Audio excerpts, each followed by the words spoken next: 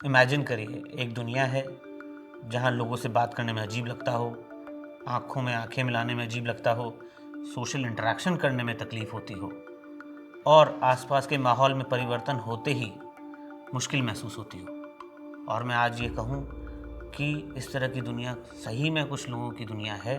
आज मैं आपको एस्पर्जर सिंड्रोम के बारे में बताऊंगा। मैं हूं डॉक्टर पीयूष, सुकून हेल्थ में साइकियाट्रिस्ट। एस्पर्जर सिंड्रोम एक ऑटिज्म स्पेक्ट्रम की बीमारी है। इसका नाम हांस एस्पर्जर के नाम पर रखा गया है। हांस एस्पर्जर ने उन बच्चों में जिनको दोस्ती करने में और भावनाएं समझने में दिक्कत आती थी, उनमें यह बीमारी को बेहतर समझने की कोशिश करी थी। इसमें सोशल इंटरेक्शन करने में, लोगों से बात करने में, लोगों से नज़रें मिलाने में और इन मरीज़ों में एक ही एक्टिविटी को बार बार रिपीट करने की प्रॉब्लम होती है। इन मरीज़ों में सामाजिक संवाद यानी कि सोशल इंटरेक्शन, फिक्सेशंस और रिपीटेटिव बिहेवियर यानी एक ही काम को बार बार करना देखा जाता है और आमतौर पर इस बीमारी को बचपन में ही पहचाना जा सकता है। तो हम एस्पर्जर्स को कैसे पहचानेंगे?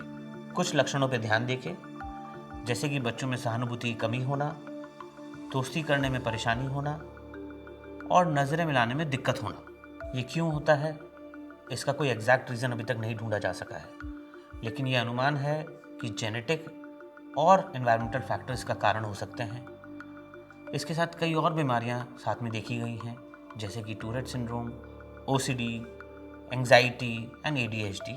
कई जगह यह भी मिथ है कि वैक्सीन की वजह से ऑटिज्म या ऑटिज्म स्पेक्ट्रम डिसऑर्डर की बीमारियां होती हैं, पर अभी तक इसका कोई डायरेक्ट रिलेशन नहीं ढूंढा जा सका है और यह अभी तक केवल मिथ है। एस्पर्जर्स का रिस्क किन में ज़्यादा होता है? उन बच्चों में जिसमें डिलेड माइलस्टोन्स हों, जैसे कि बोलने में देरी होना, और ज़्यादातर ये लड़कों में देखा जा सकता है लड़कियों के मुकाबले, और ये भी देखा गया है कि 8 गुना ज़्यादा होता है लड़कों में एज़ कम्पेयर टू लड़कियों के।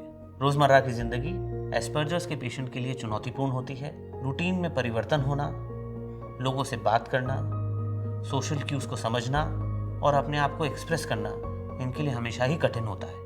एस्पर्जर सिंड्रोम का डायग्नोसिस प्रॉपर इवैल्यूएशन के थ्रू मल्टी डिसिप्लिनरी टीम की मदद से किया जाता है। इस टीम में एक साइकियाट्रिस्ट, पीडियाट्रिशियन, क्लिनिकल साइकोलॉजिस्ट और ऑक्यूपेशनल थेरेपिस्ट शामिल होते हैं। पेशेंट का मैनेजमेंट हमेशा पेशेंट की ज़रूरतों के अनुसार किया जाता है।